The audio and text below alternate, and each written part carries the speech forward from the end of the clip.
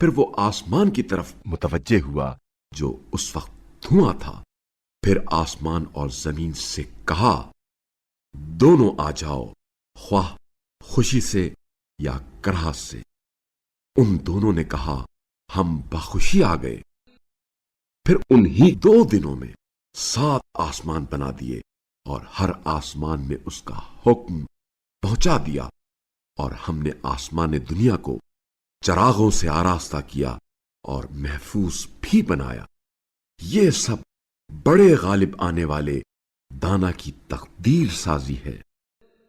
اگر یہ منہ پھیر لیں تو کہہ دیجئے، میں نے تمہیں ایسی بجلی سے ڈرایا ہے جیسی بجلی قوم عاد و سمود پر آئی تھی، جب ان کے پاس پیغمبر آ گئے تھے ان کے سامنے اور پیچھے سے کہ اللہ کے سوا کسی کی بندگی نہ کرو، تو وہ کہنے لگے، اگر ہمارا پروردگار چاہتا تو فرشتے نازل کرتا، پس جس پیغام کے ساتھ تم بھیجے گئے ہو ہم اسے نہیں مانتے۔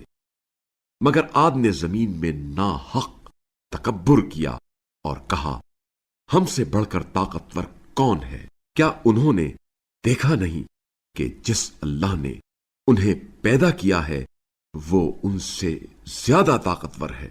اس طرح وہ ہماری آیات کا انکار کرتے تھے تو ہم نے منحوس ایام میں ان پر طوفانی ہوا چلا دی، تاکہ ہم دنیاوی زندگی ہی میں انہیں رسوائی کا عذاب چکھا دیں، اور آخرت کا عذاب تو زیادہ رسوا کن ہے، اور ان کی مدد بھی نہیں کی جائے گی۔ اور ادھر سمود کو تو ہم نے راہ راست دکھا دی تھی، مگر انہوں نے ہدایت کی جگہ اندھا رہنے کو پسند کیا، تو انہیں ان کے اعمال کے سبب ذلت آمیز عذاب کی بجلی نے گرفت میں لے لیا، اور ہم نے انہیں بچا لیا جو ایمان لے آتے تھے اور تقوی اختیار کرتے تھے۔